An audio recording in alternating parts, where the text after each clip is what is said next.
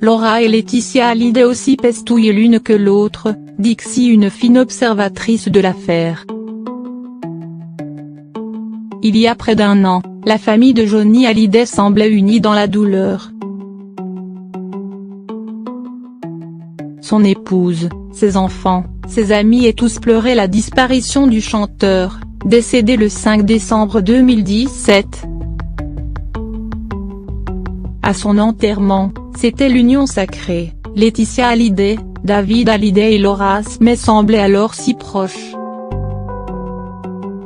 Mais depuis, la guerre a éclaté au sein du clan, et les embrouilles se multiplient autour du testament du rocker.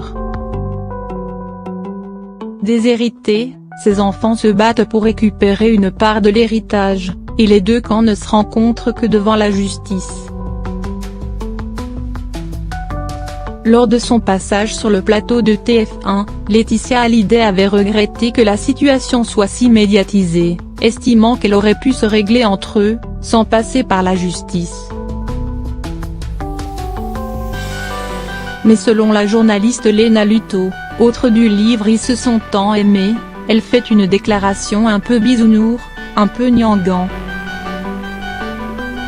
Au Figaro, elle affirme que les problèmes entre Laura Smith et sa belle-mère ne datent pas d'hier, ça fait des années que ça ne va plus, et j'aime bien cette image de deux trains, qui vont à toute vitesse, et qui à la fin ne peuvent que s'entrechoquer. Selon elle, les torts sont partagés.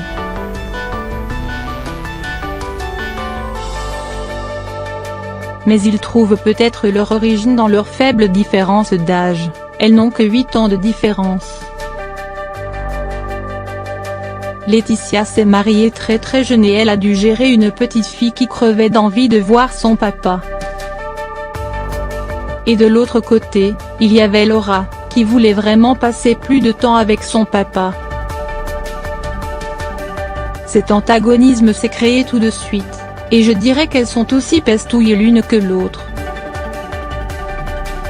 Deux femmes au caractère bien trempé, qui ont toujours eu des soucis pour s'entendre, et qui n'y arrivent visiblement toujours pas. Et ce même si David Hallyday semble, lui, en quête d'apaisement.